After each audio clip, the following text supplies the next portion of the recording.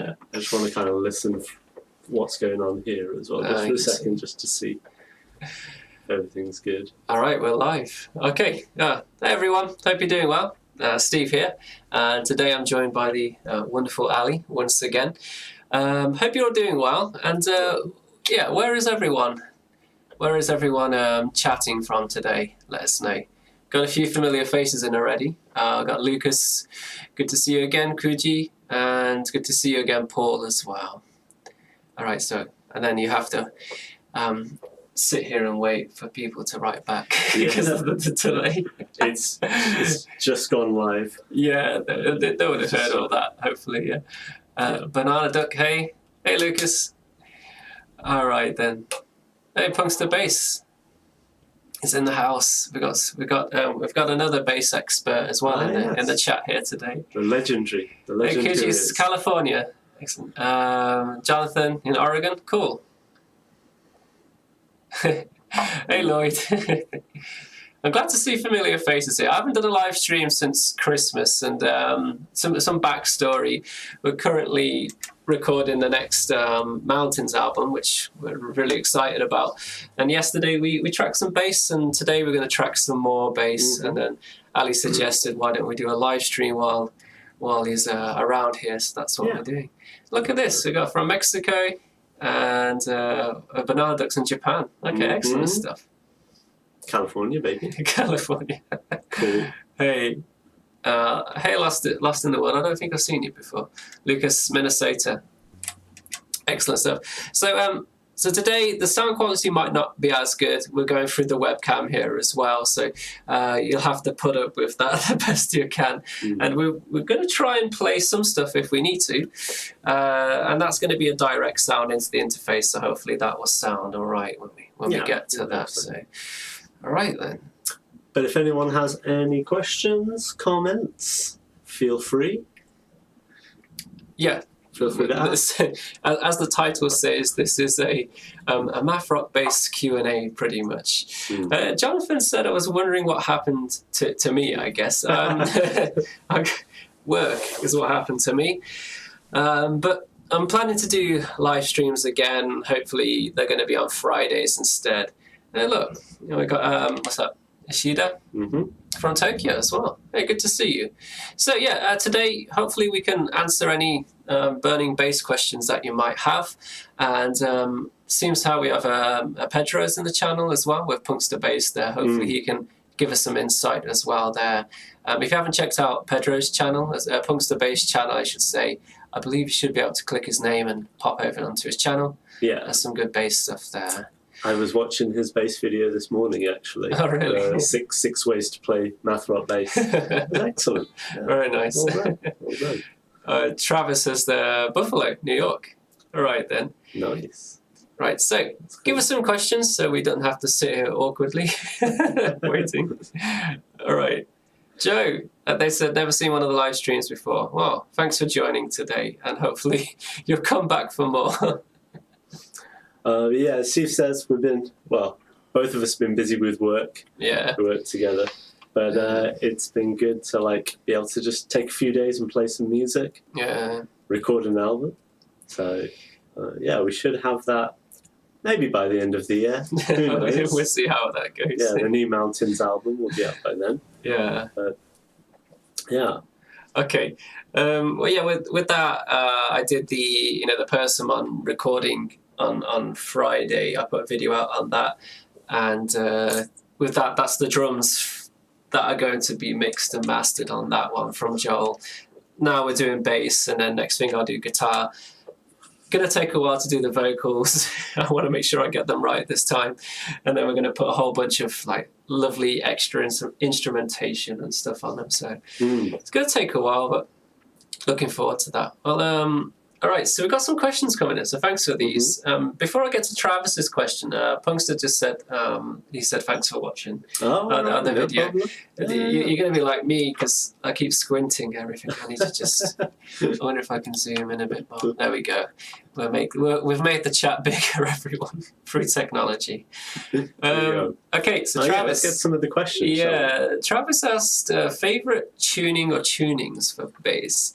I think Well, I've almost always and exclusively played in standard tuning.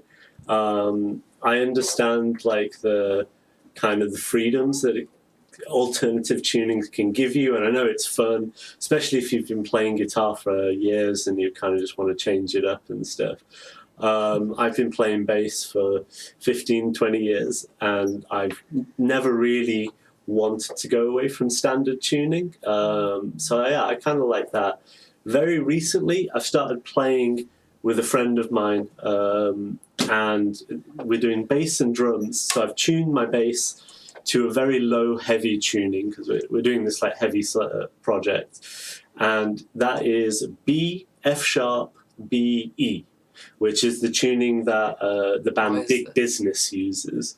Big Business are a band from America, maybe some of you guys know. Not really mathy, more kind of like rock and metal.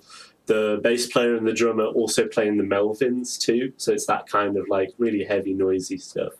So yeah, I've been experimenting with B, F sharp, B, E, and that's fun, but I think I'm always going to be a standard boy, a basic standard boy when I'm playing bass. Thanks for your question, Travis. Yeah. B, F sharp, B, E, what tuning is that? Because like B, C, D, E, F, it's like 1, 5.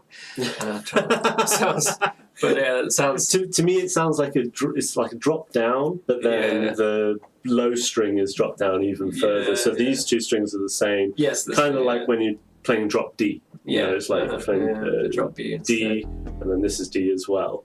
So it's kind of similar to that, but everything's far lower. Yeah. So you just play one note, and it sounds really big and heavy.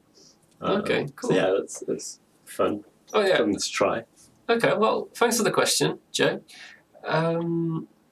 So I'll jump up and down the chat like I usually do. So Paul said to record the vocals in the car again. Like he's referring to the EP. It was last summer. You know, in the car I drove somewhere that was out in the countryside, and then did the vocals in the car, and I don't think I'll do that again. No, we're gonna find a studio so you can properly shout them out and stuff. So that, I mean, you know, like Slint did that, right? For their for Spiderland, he recorded the vocals in his car. But that was like spoken word. But it's exactly so it suited Slint. Yeah, I think I was inspired by that. I was like, if Slint did it in the car, then I'll try the same. Yeah, the moving studio. Yeah, or you could do what Steve Albini used to do, I guess. You record in your shower. The acoustics in the shower are supposedly really, really good if you've got like tiled paneling and stuff. So a lot of hip hop artists do that. You know, and Steve Albini does that on shellac recordings and stuff like that as well. So yeah, you don't need a fancy studio to get anything done. Well, these days, I think. I like his recording sounds. It's like it can be very ice picky at times, but yeah. So Rhino said, do you have to intonate / set up your bass? Okay, well, good question, and you can ask Steve about this, because Stephen did this with my bass 2 days ago before we started recording. So what did you do, Steve? Well, you should always intonate. Basically, like when you play like... Basically. Oh, I'm muted, basically, yeah. So like when you play like your low E string open, for example, when you play it on the 12th fret, you check with the tuner again, and it shouldn't be sharp or flat. So if it is, then you'll have to intonate the guitar, which is a bit of a pain with a Telecaster because 2 strings are attached to one of them here, but like that's got individual saddles. But basically, if you're not intonated, then every single fret that you will fret will be like either slightly sharp or slightly flat, and then you multiply that with every string across, then you've got different, you know, some are sharp, some are flat, and it can sound really not pleasing to listen to really quickly. Especially if you're like playing math rock, because you're not sticking with one area of the instrument. You're kind of playing low down here, and then you're going to go up here. So if you're out of tune, the more out of tune the further you go up, Yeah, the more out of tune you sharper, are. Yeah, it becomes really annoying. The other things is like how high the nut is cut. So if the nut's too high, like try the first fret, and if it's sharp, then it means the groove needs to be cut deeper. I wouldn't try and do that yourself if you're not confident enough. No. But down here, the intonation stuff, I don't think it's difficult. It's just look it up online how to do it. So if it's sharp, then you screw it, lengthen it or shorten it, basically like that until it's in. And if you've got like individual saddles like that on the bass or on a guitar, then it makes it really easy. And then to go back to your question, if you change the tuning, then it will change the tension on the neck and such. So I would do that again. Another thing to think about is like how much of so if you hold like the first fret and the 12th fret, and then how much relief you've got there as well is another thing. So you should be able to, like I'm doing now, you can't see it, of course, but there should be a little bit of give when you push it. So there should be a slight little curve there. If it's over, then basically every single fret's going to buzz in that regard. And a higher action is the more the further the journey is to press onto the fret. So then there's more chance that note's going to be sharp as well. So you need to make sure you intonate on that. But in short, just make sure you intonate is probably the way to do. One thing I'd suggest with that as well, if you are not confident with intonating or dealing with the nuts and bolts of your instrument, which I'm not myself, so I take my bass to a music shop and I'll ask them to restring my bass and then just do a setup whilst they're doing it as well. So, and I mean, here in South Korea, that can cost roughly 30,000, 40,000 won, which is about $30, right? Yeah, it's not like super expensive. I'm doing it twice a year, and it means that like my instrument will always be set up by a professional, and I'm happy to pay that just to make sure that I get it absolutely right. Because the few times that I've tried to restring my bass myself, I've messed up in a big way. So I'm just happier to let somebody else do it for me. And yeah, if you're not feeling confident with that, I think that's a really good way to do it. Okay. Yeah. Intonation it's not too difficult, but the other stuff that like I wouldn't go and file this if you don't know what you're doing. Yeah. But also they'll give it a good clean because you get all the human residue and stuff of your fingers gets on the fretboard, right? I know some people like that, but if you want like a nice clean instrument, doing that can really help as well, I think. Okay. Thanks for the question. So I'll just read through a few comments and we'll get to another question. Sure, We've got some good ones coming in. So Lost in World says, I'm sorry, I am a traitor now. Yeah. Used to be a math rocker. Started music school last summer and they turned me into a classical pianist. Well, there's a lot of bridge between classical and math rock, I mean. That's an interesting change. For sure. Thanks for sharing. So I mean, one should never be limited by one genre of music. Like I think when I was younger, I did exclusively listen to math rock, and that was it. And then as I've gotten older, I'm listening to much more, various genres. I don't particularly bit of jazz in the morning, bit of hip hop later on. Particularly go looking for a genre. It's just if you like a song, you like a song. Right? There you go. Yeah, exactly. It's good to diversify your reading, your listening. Should I say? So it's same kind of thing. So Lloyd said, so me and Joe get great inspiration from your vids, Steve. We watched them in college all the time and love the ideas that you posted today. Oh, thank you very much, Lloyd. So I guess Joe is in here as well. We saw her earlier. So, but thanks for that, Lloyd. Glad to hear that. Henry, remember a while ago there was being a video where you two talked albums. Okay. Right. So we that did was the end of year one, wasn't it? 2019. We talked about our favourite albums of the year. Was it 2019? Yeah, it was. Yeah. Before the pandy. Yeah. Pre-pandy. That video still exists. It's just unlisted. It might be in a playlist, Henry, on my page. if it's not, I'll try. It is Henry, right? Yeah. Yeah. I'll try. I need to go to the opticians. You need glasses, mate. I've seen you on these live streams. You need glasses. Script. I'm further back than you, and I can read this. Fine. Okay. Yeah. That sorts it then. So that I'll relist it again in a playlist on my channel. I tend to take off like the videos that are dated or don't really add Yeah, much. because 2019. Yes. If I remember the albums though, what did we talk about? We both talked about Delta Sleep, I think. That was Ghost City then. Ghost City. So There was- number one was Holding Patterns. Holding I Patterns love from that. Derby. Yeah.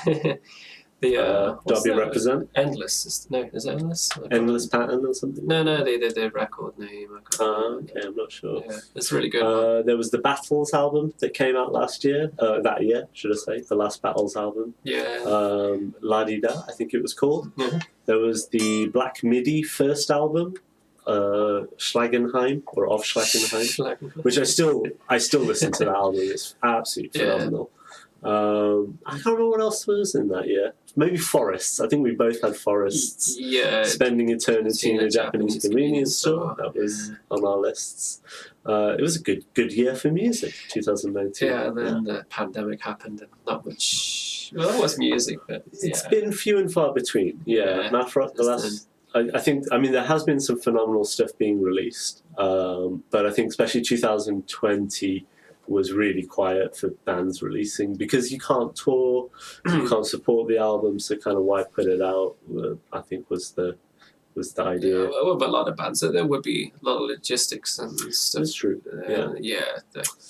All right. Yeah. Should we move on? Another question? Well, I just went my way down. So Sure, Travis said he got the tuning, so that's the one. B. So thank you. Going to see Melvins in March. Oh, Very nice. lovely. That's really cool. Yeah, the Melvins are one that I didn't listen to when I was younger, and as I've gotten older, and I've definitely gotten into them more. And they're just a really fun, exciting band, and they play with two bass players at the moment. So as a bass player, phenomenal to see. So yeah, I really like how they use the bass. One of them's kind of playing it like a guitar, where it's just kind of playing the notes, and the other one's doing the high melody stuff in it. Travis also asked favorite bass I pedals. was going back to that one. I guess I can answer that one now. Yeah. Oh, wait, so that one is probably your favourite. It's noisy. Well, okay, so here's the thing with pedals and math rock.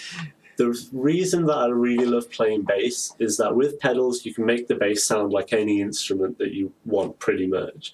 So, like, if I want to make this sound like a guitar, I can, scoop the low, put an EQ pedal or something to scoop the low, and then use a distortion pedal. Like, something simple is fine.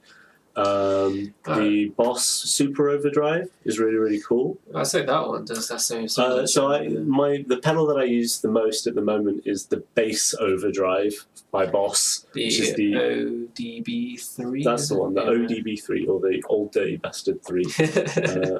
So yeah, I use that one. That's really cool. Just for getting kind of a very driven bass sound, but one that isn't. One that is warm still, because I find a lot of distortion pedals for bass, either you lose loads of low end, so if you use like a bass fuzz pedal or something, or they can sound kind of tinny, very sharp, like not enjoyable to listen to. One thing I do as well is to put a chorus pedal before the overdrive, and that will give you this kind of wider, warmer bass tone. Now, a lot of people get that same sound by just using like a DI or like a Sansamp pedal, something like an EQ that's kind of tweakable like that. You can kind of get those big, warm bass sounds. But for me, just a chorus pedal and then a bass overdrive pedal gets you that big, fuzzy, warm sound.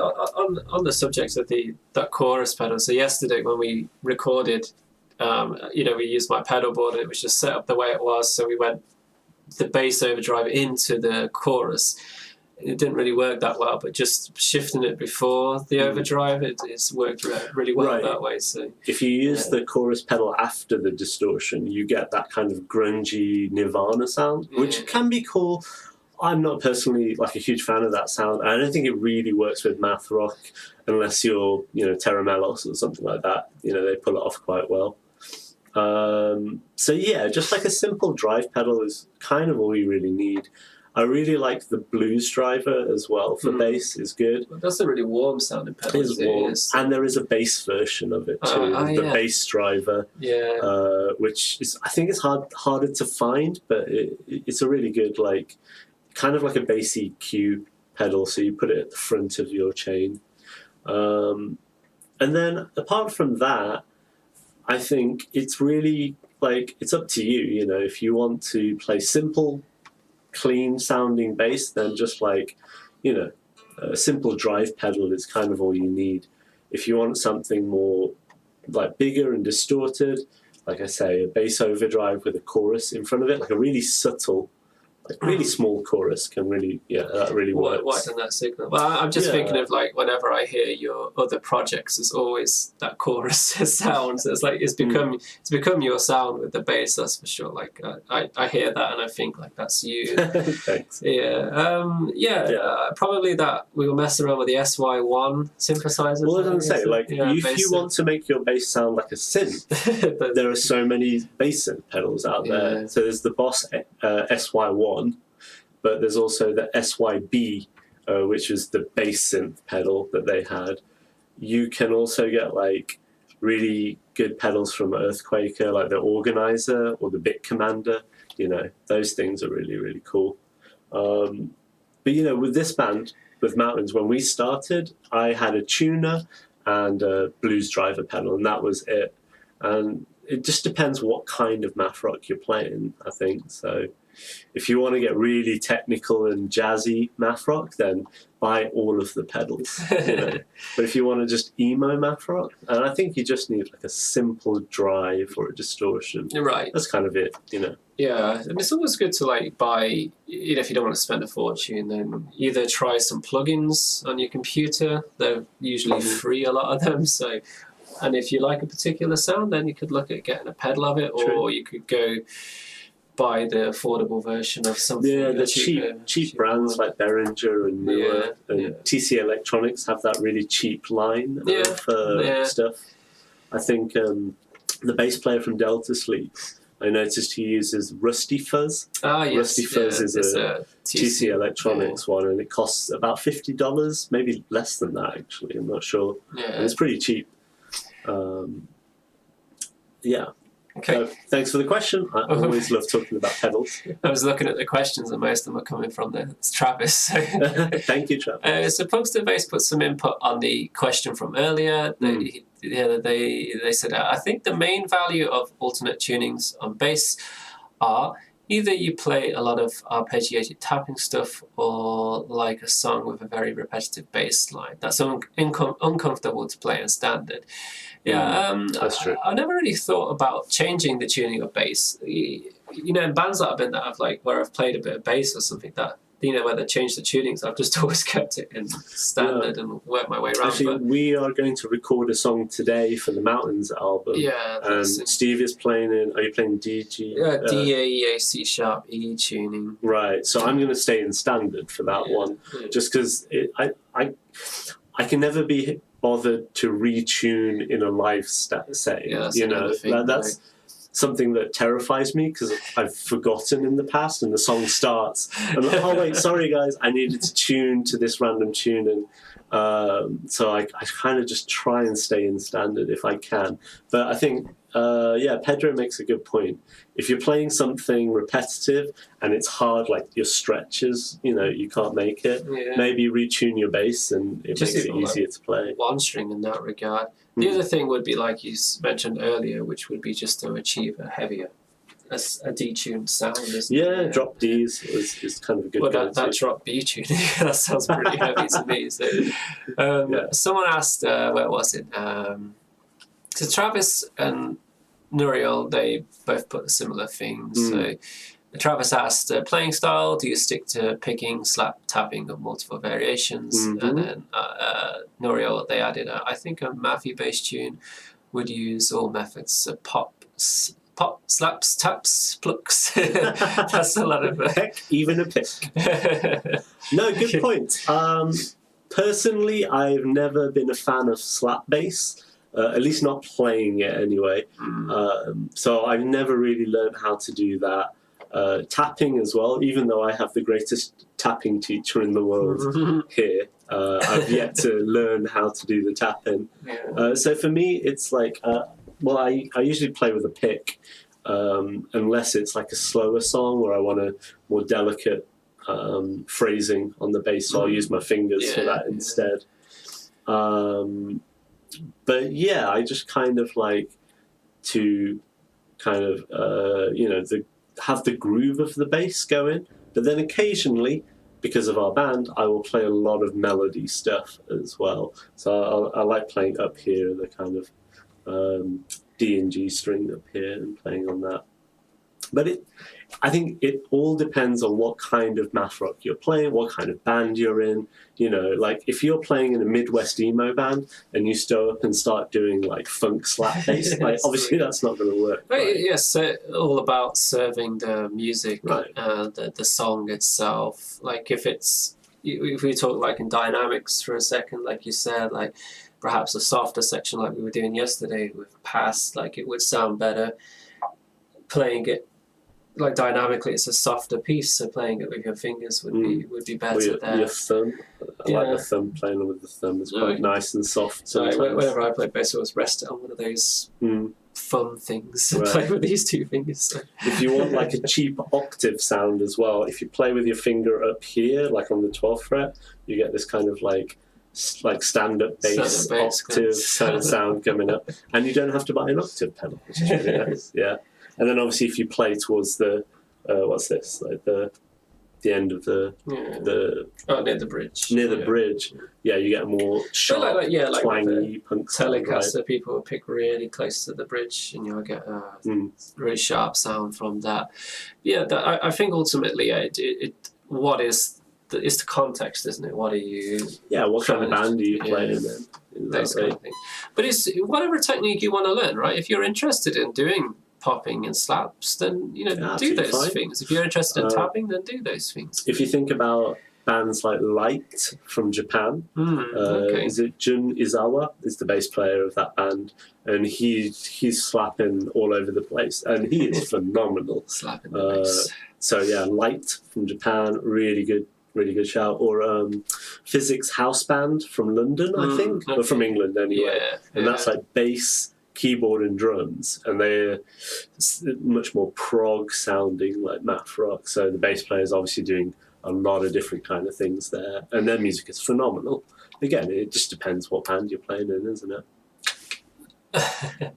Well, thanks for the questions there. Yeah, let's move on. Someone asked about, because you just reminded me about two bass players. There was a question about monobody. Oh yeah, I saw monobody there. Yeah, because they've got all Luke's person opinions. Yeah, phenomenal. I'm a massive fan of like jazzy math rock. So yeah, monobody are fantastic. Who were we talking about yesterday? The World is a Beautiful Place and I'm Not Afraid to Die. They have two bass players. Crash of Rhinos from Derby in England, two bass players. And all three of those bands are using two bass players in different ways. So you can have two bass players and you're both kind of playing the same thing. So maybe one of you is playing the root note and the other one's playing a chord, up here, and that gives you quite a big sound. Yeah, that's or like monobody, where they're kind of both doing intricate stuff. That's literally what I was about to say about those. So, good question. All right, so I'm just trying to work out where we were in this. Yeah. So thanks for all the comments, everyone. It's really good to see. I'm having fun. So Lucas said, I've been playing guitar for 2 years and never intonated any of my guitars. You should probably have a go at that. It might not be drastically out, but as you play more guitar, as you get older, you start to notice it more. That's what I found anyway. And then Pedro said something I don't understand. The 12th. You get those like, there's guitars with like the really like jagged kind of frets, I forgot what you call them, and they're supposed to be like perfectly intonated guitars.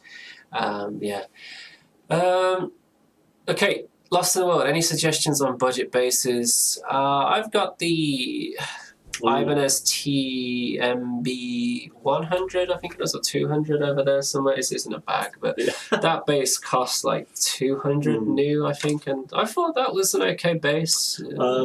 So for my money, the best basses for math rock and emo and stuff are jazz basses. I really like the jazz bass sound for math rock and emo. So obviously, Fender Jazz is a really good way to go. I'm currently using Mustang, which has got PJ pickups in it. But if you want a really cheap bass to get started, the Squier jazz bass are good, in my opinion. They do the Affinity ones. That was my first bass, was the Squier jazz bass. But at least it was the first bass I fell in love with, because I had a Music Man initially, and I didn't enjoy it at all. And I didn't know that I wasn't enjoying it because I'd never played any other bass. Yeah. And then my friend had a Squier jazz, and I picked it up, and so much to be said with an instrument is like, you can't just buy it online. You've got to try it. So as soon as I picked up that Squier jazz, and they're cheap, I think it's like £100, £200. Well, they've probably got up a lot since. Maybe, yeah. But if you can get one second hand, you can get them really cheap. And it was just like, it's a thinner neck, so my hand feels more comfortable on it, and like I can play faster on it, there is a lot of that, but I'm very guilty of buying guitars online without trying them, and I've sold a lot. And so I bought this online. I love this one. I'm happy with this one. In fact, looking at all my guitars, I bought them online pretty much without buying. But definitely, so is it Lost in the World? Yes. Budget basis, short and budget. Yeah, just if you can. I know it's not possible for everybody, but if you can go into a store and like try some basses out, because the different width of the neck I find is a massive thing for me. Neck shape as well, thickness. Right. Whenever I've played wider frets and I can't get my hand around it, which I know you're not supposed to do as a bass player, but if I can't get my hand around it, I'm not enjoying playing it. This is quite thin, but remember those like Sire basses that we played the other week? Yeah. Larry Carlton one, I forget. He doesn't do basses, guitars, but he has a signature with them. But I think Sire is the brand, and that bass, it was even skinnier than this. Remember, it was really, really close together. Right. So I think a lot of it's seems to be focused around the neck and the shape of that, the body, and then how it sounds. Of course, is another thing. Yeah. But basses, I think it's not too difficult to find something that sounds all right. I think a big thing for me is also like the kind of the weight of it a little bit as well. So Fender's obviously like the balance is quite nice, but you can get like SG basses that are big and long, or like Rickenbackers or something, which sound amazing and they're super expensive, and then you get them on and they kind of drop like this, and it's like, that's not fun. You want something that's just like light and... Yeah, I guess it's worth mentioning scale as well, because like this is a shorter scale. Yeah, I like short scales. So I think I do too. I can play. I do fine just on a full scale, but I really don't know anything about the bass, just the neck scale. So, but I think we answered it there. Yeah. Try different scales, try different neck shapes and neck widths. But for budget, Squier and the Ibanez stuff, they got loads of cheap bass stuff. Yeah. And look online, second-hand basses are fine. You just got to find a good one, and you can get a good bargain if you shop around. Okay. What else we got? Just going down. So Travis asked again, how often do you restring your bass? This is just going to be twice a year. Twice a year, that's twice. But it depends on how much obviously if you play it, lots of gigs and stuff. Right, if you're playing a lot, then it should be more than that. I restrung a few months ago before we started recording. So if you're recording bass, don't restring, too soon or too close to your recording date. You need to give it a month. A little bit of time for the strings to warm up, unless you're doing like, pop punk. You want that really brash punk bass sound. Then restring and like play but the strings go out of tune really quickly if they're new. But you just got to give them a good stretch. I've done gigs before where I've like restrung before I played the show. Yeah, it's different. I give them a good guitar, stretch, though. but I still couldn't play them comfortably when I did the gig. So I feel like need a bit of time to break them in. I'm not sure it's like how long it is with bass, but with guitar, like I find like when I restring and try and play it, it does feel nice, but it doesn't feel like it's broken in completely. Then the next day it'll feel completely fine. Yeah. But I know in the studio, like a lot of producers and engineers would be like, first thing we do is restring all of your guitars and intonate them and all that kind of stuff. So, but bass is a little bit different, so you need to give it a little bit more space before you restring. Yeah. Travis, any specific chorus pedal they asked again? I think any chorus pedal is fine. I really like the Boss chorus pedals. Not necessarily the bass chorus, but that's fine as well. My favorite chorus is the Ibanez SC9, I think it's called. It's a pink one, and it's a stereo chorus. I know which one you mean, yeah. So that's really fun if you want to split your signal as well. Mini version of that one as well? Yeah, I got the mini version, and it sounds exactly the same. It's really good. But if you want the stereo, if you want to split your signal, you can't use the mini one. Obviously. Most chorus pedals are when you split it, one will be a dry signal and the other one would be the effective signal. So just keep that in mind. Like the one we're using yesterday, the Ola, is just stereo field instead. All right, so carrying on down, I think I missed a few things. Let's make sure we got covering everyone.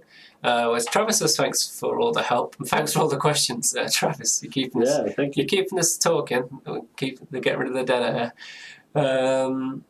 So we got Mexican. They said, "Hey Steve, it's Diego. Oh, from Patreon. Hey, good to see you. Thank you for the support there."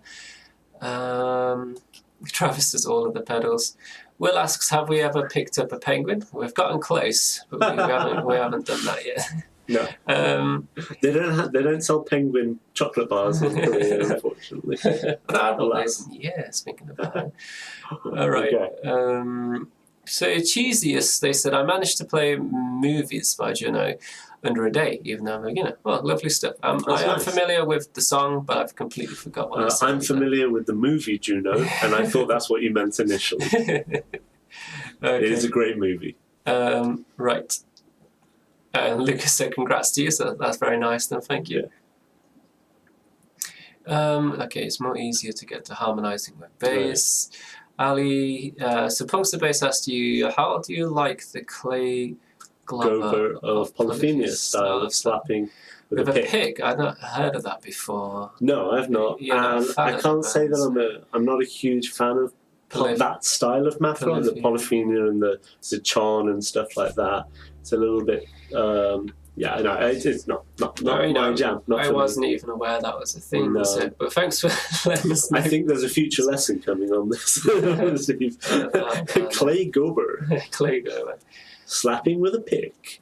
That is such an American... I'm sorry, that's a very American name. If you Clay Gober. If you watch the Goat video, in that there's like a bass solo part, and I guess he's doing it in that. I like that.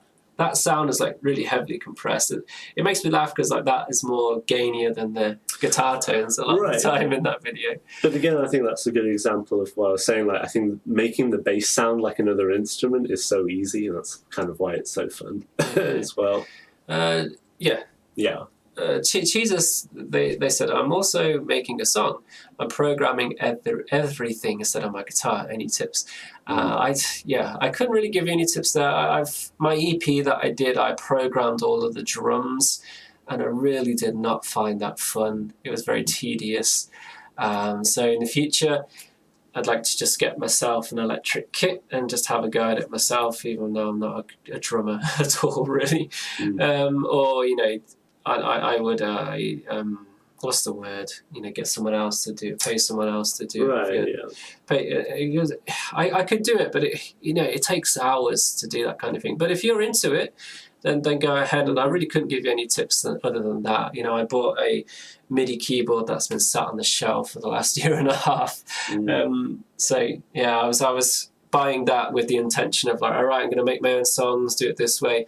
When I did the EP, the only thing that's programmed on that is the drums.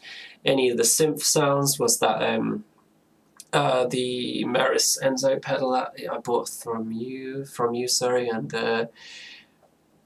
the bass and the guitar and all the stuff I recorded myself. But fortunately, Jesus, I can't give you any tips other than my experience of I didn't enjoy it. But sorry, not to demotivate you or something. What I would say with the drums, and like I don't have that much experience with it, but I remember seeing a friend of mine record drums for an EP many years ago, and instead of using like drum software and like programming it, he used a keyboard. So like he used the instrument that he was familiar with, and then it was like a MIDI keyboard. It was program the drums, and then I sat and watched him play it like a piano, but he was playing the drums. It's like that is phenomenal a lot way of to do it. I think MIDI keyboards have the pads on them, right? Exactly. So you can use those. So maybe if you're struggling to do something like that, you could try and go back to an instrument that you're familiar with and somehow, do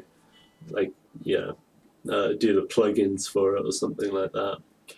But I think also, what you're saying, like getting somebody else to do the drums is always good too. Yeah, I mean, I'm approaching it from like, my experience there, because I'm not sure if you're going to add like synth sounds and stuff like that. I can't imagine if they're there just to hold like some harmony or something. I don't think it would be too difficult to program all that kind of stuff. Again, people have way more knowledge than I do on this. I mean, in other bands that I play in, if I'm doing anything that's like a synth or a guitar part or something like that, I'll still use the same bass because like I'm used to this instrument, and like I'm used to playing this more than I am to like learning how to play keyboard or synths and stuff. It's like we've spoken about it before, but Ed O'Brien from Radiohead, he went on That Pedal Show, and he was talking about how Radiohead, when they went from being like an indie band to more experimental, so like computer, and they started getting into electronics and beats and loops and samples and all this shit. And he said, like, great, I want to play that kind of music, but I know my guitar, I know this instrument. So how can I play that kind of music with this? And he ended up buying like, some delay pedals and reverb, and then, being that kind of foundation of the band that way. And that's kind of how I think about, like, if you're struggling to play something, just go back to the instrument and like, a plug-in or a pedal or something that'll let you do that. Yeah, I watched that pedal show the other day again, that one, to review it, and then I got on the In Rainbows in the Basement live session as well, which is just absolutely fantastic. Absolutely phenomenal. But you can see on that like the stuff he does. But in that TPS episode, he talks about just like you're serving the song as well. By the way, it's Rob Scallon's in the house. Hello, Rob. Thanks, Rob. I was just watching your piano video this morning. The Chomp one was really good fun. All right. Well, that's welcome. So what's the next question? Here we go. Well, we're going on down. There was Punks that added to the light fiasco you were talking about earlier. The slapping and the popping. There's a video apparently discussing the song as well. Some songs. Song double. Lights have a lot of really cool videos online. Actually, if you want to learn some good bass content, I think if you find the Light YouTube channel or Jun Izawa's Instagram, so I'll type his name into the chat. He does a lot of good bass playthroughs and stuff. He will go through like songs. He'll show you how they're played and stuff. And like I said, he does a lot of very technical, complex stuff. There's a lot of slapping going on in there, so it's mathy, but it's more. His bass playing is more funky, I guess. And the drummer does. He does stuff with hip hop outfits in Tokyo and Japan. So if you're looking for more of that style of math rock with bass and drums, Lights are really good. Really good band to check out. We were talking about this with like the Japanese, like when you think of Toe and stuff, they have more of a groove a lot of the time, and it's lovely. Like especially like we're talking about when we're talking about Toe. I forget the bass player's name. Satoshi. Yeah. Yamane Satoshi. And what's the drummer's name again? I should know this by now. I'm not sure, but Toe, the band. Toe, yeah, like the how they jam together is wonderful to listen to. Yeah, and again, I just want to plug that song. So if you know the band Dabda, or Dabuda, if you put it in Korean, they did is it Jungle Gym? That's the name of the song, because it's the American term. And find that video online because it's a wonderful song, and the drummer from Dabda and the drummer from Toe. Is it Yamazaki's the guitarist, right? They're both playing on that same track. So it's like one on the left side is one of the drummers, on the right side the other, and you get these like little changes in the pattern of the beats, and you don't really get two drums on a song, but that song really, it's really kind works. of like it's wonderful. how two guitarists, like the counterpoint that you do together, they kind of just did that with the drumming, didn't they? Yeah. I think it was. So the Toe drummer recorded his, and then he tried to copy it. And then I watched the. Did you watch the? I didn't watch the video about it. There's a little documentary about it. So it's wonderful. But great song as well. Yeah. So punks out to the Clay Gober. Sorry. Clay Gober stuff is called hybrid picking. So same as guitar, but you did mention I'm not trying to do like slapping stuff like that. But okay. Well, thanks. Question up there, SC. What do you guys look for in a drummer?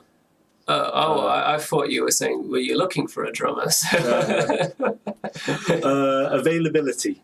Yeah, can come to practice, and we'll just play on time. Play the songs. We'll be quiet when we are talking and discussing the song. It's good. No, not to sound like we like it that way. We've had two drummers in Mountains, and I think both drummers have been the different eras of our band. The first drummer we had was much more like full-on chaotic. Like he played a lot of stuff, right? And it suited the more brash, mathier side of what we did initially. And now that we've kind of, tried to write more melodic songs, so maybe we're more in the emo world now, we have a different drummer, Joel, who is more, he plays with a rhythm and a groove, but he can still do those intricate fills. Yeah, he's got a very pop punk background. He's listening. Yeah. When he's shown us his Spotify at the end of the year, it was just all pop punk. It was lovely to see. So I think it's like you want a drummer who fits the band. Right, you don't want to be playing emo and then a drummer comes and like, no, I just want to do blast beats all the time. Yeah. So you need the drummer that fits the song, the sound that you're doing, but also one who understands the role of the drummer. And the role of the drummer is to give groove and to to move the song forward. So if you're playing something and the drummer's maybe playing too softly or too hard, then that's not going to work either as well, Like if you want to drive the song forward and the drummer's like, no, I'm just going to softly, stroke my snare or something, But most drummers, if they're, if they practice enough, they'll know what to do, serve the song. And serve the song, yeah. Yeah, so if they're trying to do what they want to do because they want to, just portray themselves or show off and stuff, then it's probably not good to have that person in your band in that regard. There's a quick question here which is related. Pran A. Do math rock drummers need to heavily study music theory? I don't know. It depends again. Well, I would say not necessarily, because I think our drummer Joel, I don't know if he's super well versed in music theory. Yeah, he definitely knows. He knows much more than I do. I don't know anything about music theory whatsoever. I'm a complete idiot in that regard. But I don't think so, no. I would say you don't need to be... you don't need to study music theory in order to play music that you like. Full stop. Unless you're playing classical, I guess you need some ability for that. But... playing math rock or emo or anything like that, I don't think you need to know that much about music theory necessarily. Well, it can be. I apologise for saying that. Teacher of math rock. The idea of theory is to like assist you. You shouldn't think of it as a way like, you know, this is how you play music in that regard. So learn it to forget it would be one way of putting it. Drummers, I couldn't answer your question, Pranay, because I'm thinking of like, if I think of like Blake from Delta Sleep, he's a drum tutor, and like his drumming style is very precise, it's wonderful, and I wonder how much that comes from his study of theory. I couldn't tell you. Again, like we were talking about earlier, it depends on what it is we're going for, what's the sound of the band. Should the drums be very complicated, or should it be a band where it's just more of a driving force behind the song? There's those kind of questions to consider. If I listen to the drummer from Toe again, did you put his name? Is that I didn't. I put Dabda down there. Dabda, yeah. So that sounds to me like someone who's just been studying. I mean, that's his job outside of Toe as a band, is a studio musician. And Blake does something similar as well from Delta Sleep. So but I'd just be guessing at it. So, but yeah. Well, I think Chris Broon there makes a good point related. Says, I think theory is more about ease of communication than a set of rules. Yeah. So that is very true. No, I think sometimes we struggle with that in terms of I can't, articulate exactly what I want to tell you about, like a certain song part or something. I kind of have to use emotions, or I have to use different terminology, and then you go like, oh yeah, you need to use this chord or this progression. It's not like there is a written rule of what you should do there. Okay. Should we move on? Yeah, that's no problem. We'll go for like another 5-10 minutes, and then we get some lunch. So. Well, it's almost almost 12. Jim said Telecaster, Stratocaster for math rock. Personal choice. A lot of people go towards Telecasters. Telecasters. Always Telecasters. Stratocasters look ugly. Yeah, they look. I like them. But I want someone to make a Telecaster bass. Nobody makes Telecaster basses. A lot of people gravitate towards Telecasters because of this in-between sound. You can get that kind of spongy. Bridge can be very bright somewhere.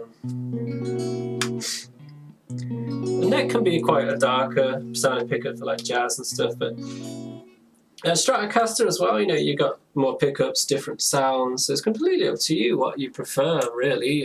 There are I'd say you'd probably find more Telecasters in math rock bands, or bands that play something that people consider to be math rock. But if you get also in country music as well. Yeah, but that's where country music and math rock.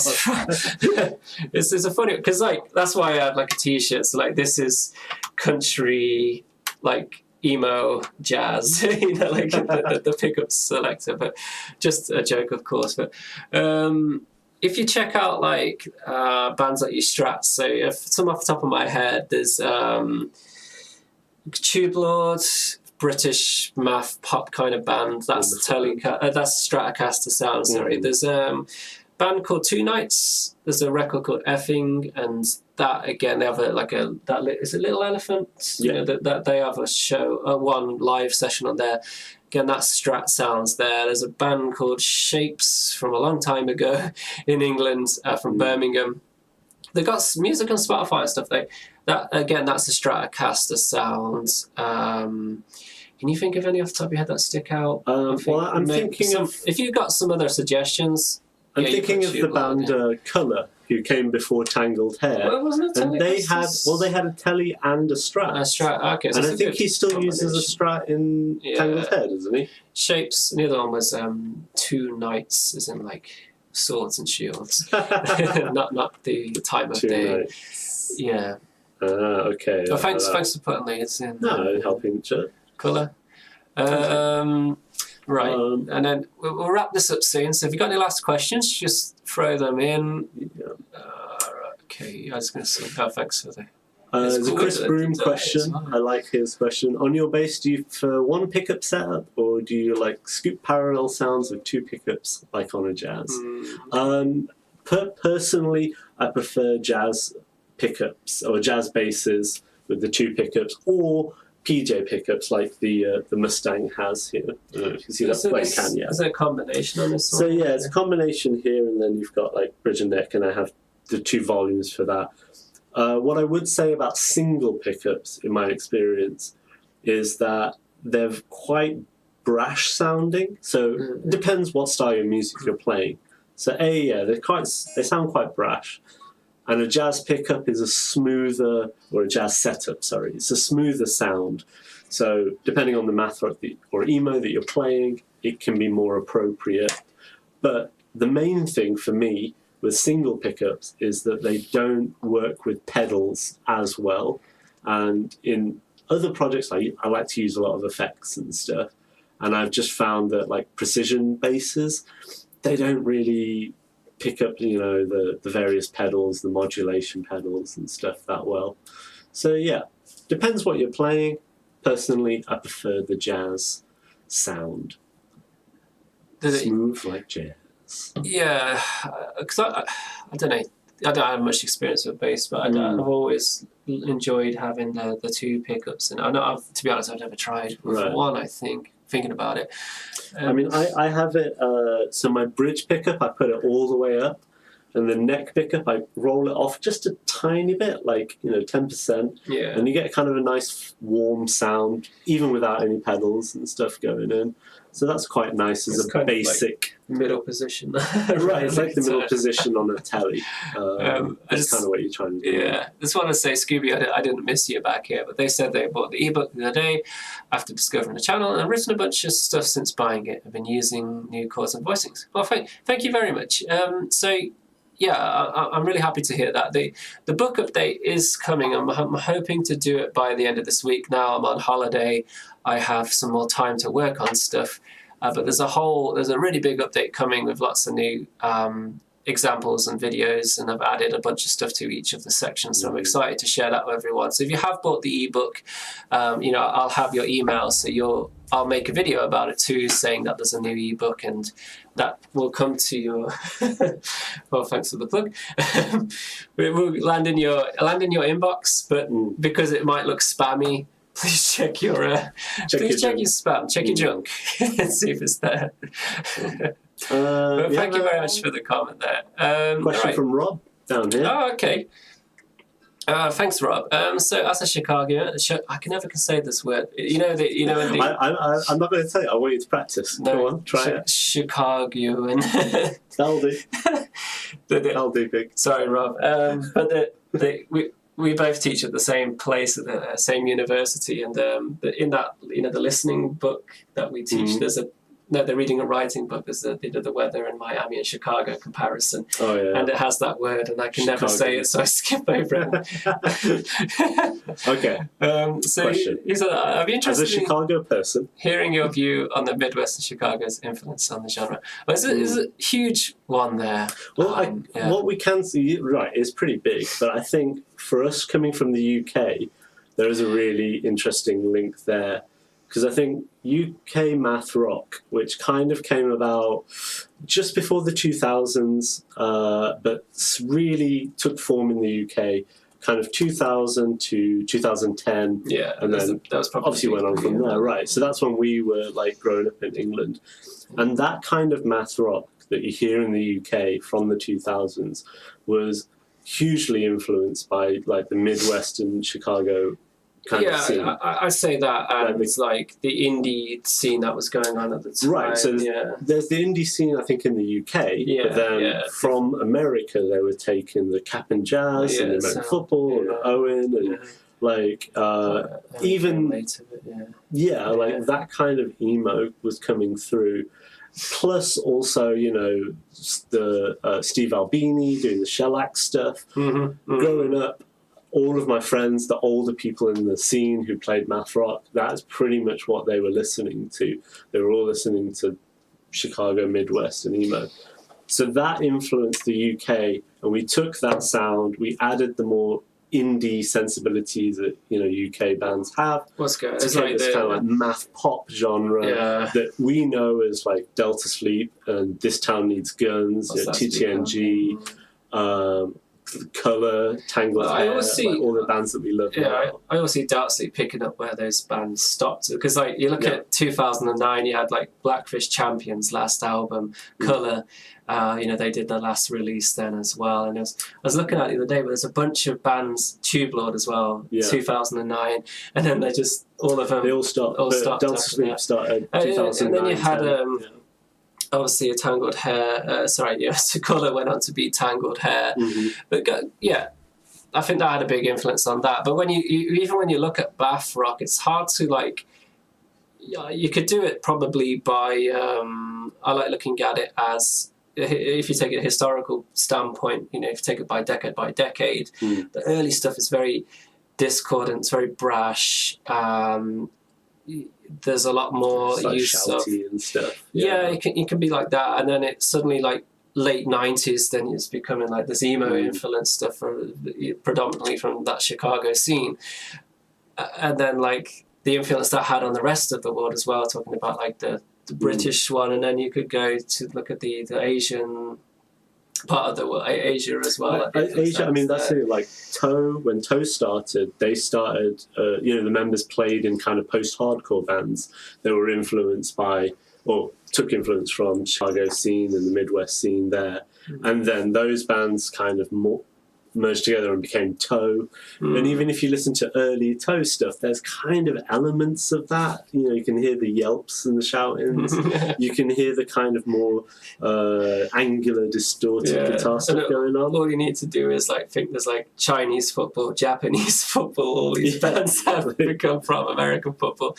And last time we were in Japan in was it Like a Fool Records? Yeah, and then like seeing all those records there, and they had like a load of American football stuff everywhere, and there was the tab book, and you were like, "You're gonna buy that?" I was like, "Oh yeah, definitely gonna buy that." And then we're like, "We need to get the last Subway," and then I completely forgot to buy the tab book. I was like, "Damn!" But there's a shop in Japan, in Tokyo. It's like a clothes store, but it's inspired by Kinsella, isn't it? Yeah. So the Chicago, Midwest Chicago influence around the world, I think, can't be understated at all. In the UK, in Japan, and like each country took the kind of emotional aspects of it, the kind of empathy and openness and like heart on the sleeve kind of music, and added their own thing to it. So in the UK, you had more pop sensibility. In Japan, they were like, we're going to go a little bit more jazzy here, and we're going to do intricate stuff with it. But huge influence. I watched the Slint documentary. Thank you, Chicago. Watched the Slint documentary again recently. That's fascinating. It's a phenomenal documentary. There's a lot of Steve Albini stuff on that. All right, so Fran asks, can you request a bass solo? You can request a bass solo. You will not receive a bass solo. I hate bass solos. Sorry. Maybe we can play something since I'm plugged in and I've just been sat here. It's nothing more annoying when you watch a video of people with guitars and they never play it. So Burninator, which is an excellent name, they asked, what do you guys do for a living? We both teach at a science university, and that might sound fancy, but we teach... what would we teach listening, speaking English. Basically. TOEFL, if you're familiar with that. So, you're teaching of English as a foreign language, basically. So it's a university where it's here in South Korea, but it's all English speaking. All of the lectures and all of everything's done in English. So, fun thing, we both applied for the same job, and we didn't realise until the interview. So I walked into the interview, and Ali was sat there. It's like, oh, we're both going for the same job. Oh shit!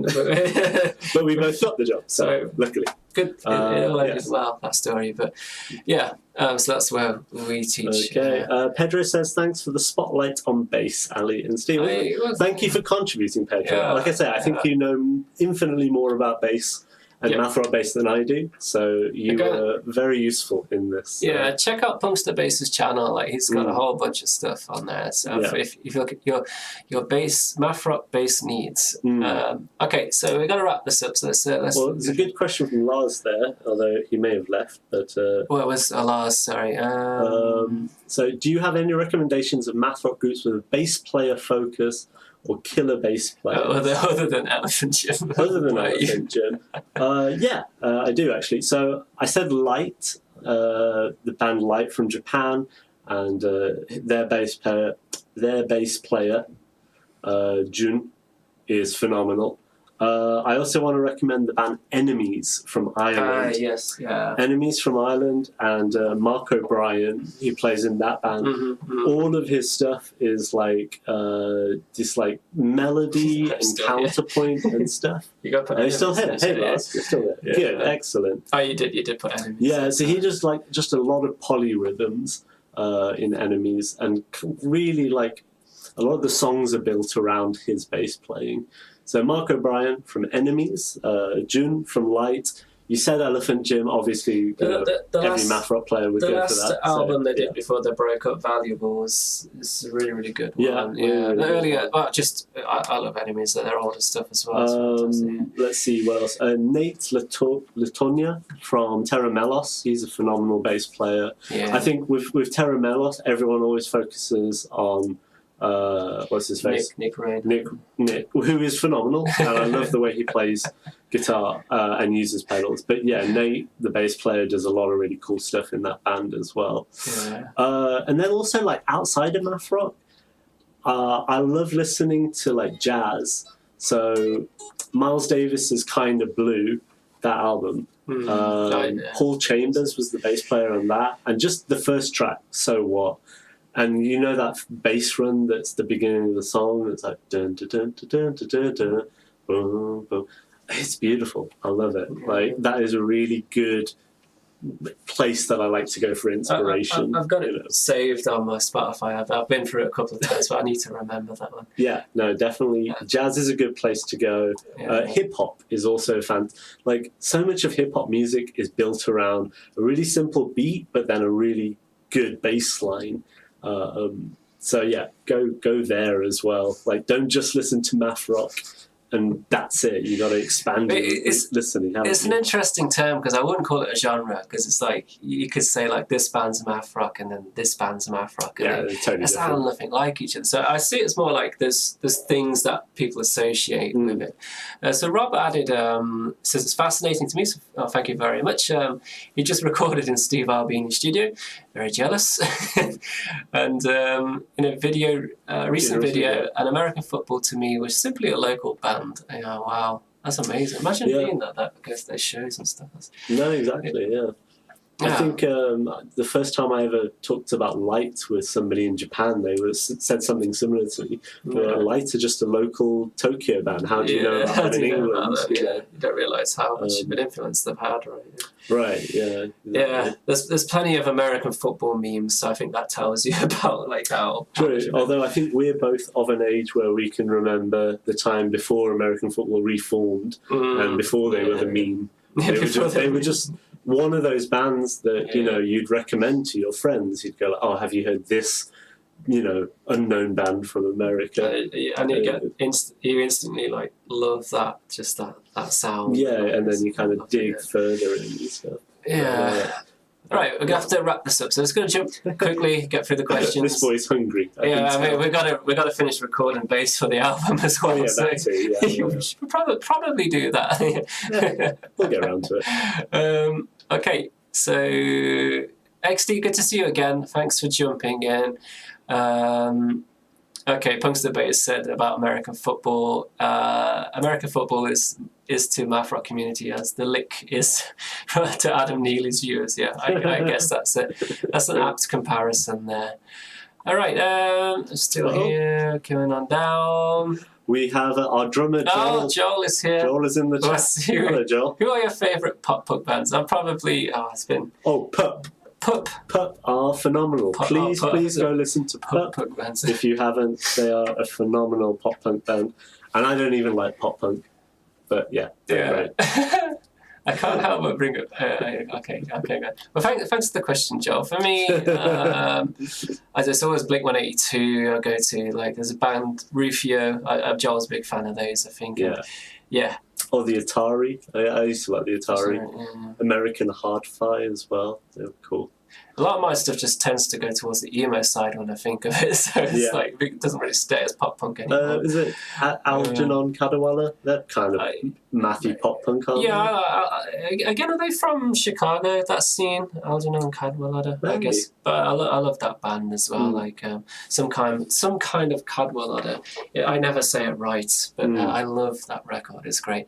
I just love that meme. It's like, here's Midwest emo. It's like the most beautiful guitar you've heard for 20. The song starts, the most beautiful guitar you've heard for 20 seconds, and then someone with the most discordant, like whining over the top of it comes in, and you end up loving it. Yeah.